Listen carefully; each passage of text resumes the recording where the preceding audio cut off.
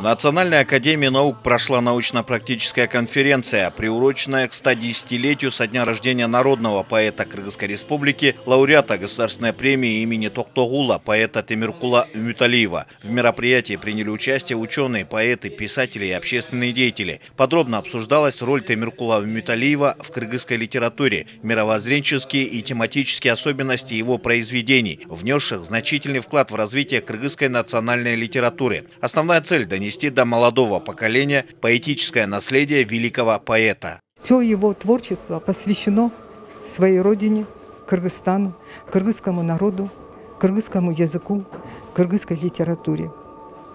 Всю жизнь он пронес эту любовь через свое сердце. И сегодня мы хотим почтить память, вспомнить. Я желаю, чтобы мы никогда не забыли таких наших великих людей, как Темике.